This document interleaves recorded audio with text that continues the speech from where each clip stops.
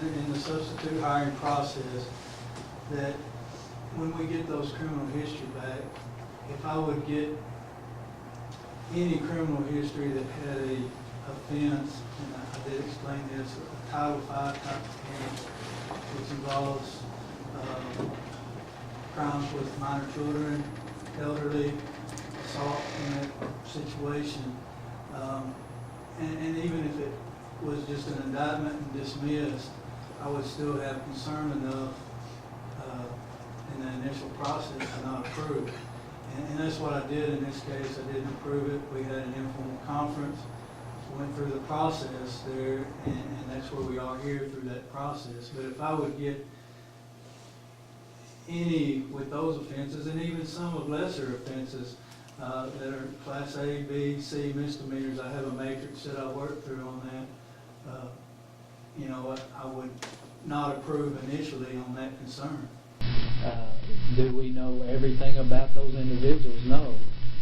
We know what we have, and we try to get all the information that we can. Obviously, the fingerprinting database, the state, through Senate Bill 9, has chosen to up the ante, and as far as identification, that's what the fingerprinting does, is help take away aliases and things of that nature, and try to make sure that you're viewing who you're viewing. Right.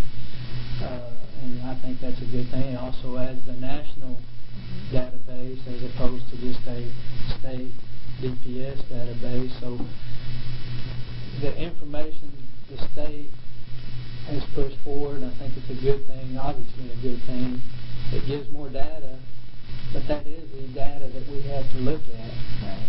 And so if I receive a criminal history and whether the allegations, you know, it goes through the arrest, the court dispositions, the court status, all that, and whether it was dismissed or not, obviously if there were indictments made, there was evidence presented, or I'm talking in any case, not just yours. Right, the American justice system. Well, but it would cause me concern to the point where, you know, I have to make a decision. Do I want to recommend this person on our substitute list or not?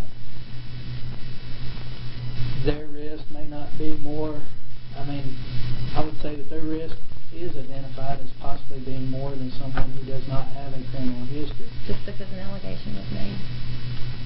Because, well, somebody can make an allegation against you tomorrow. Something happened.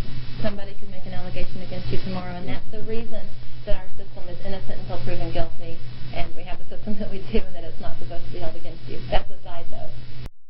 This district does not believe I'm a threat. It continues to offer me recommendations for employment elsewhere. If the district did believe I was a threat, it could not, in any way, recommend me to someone else.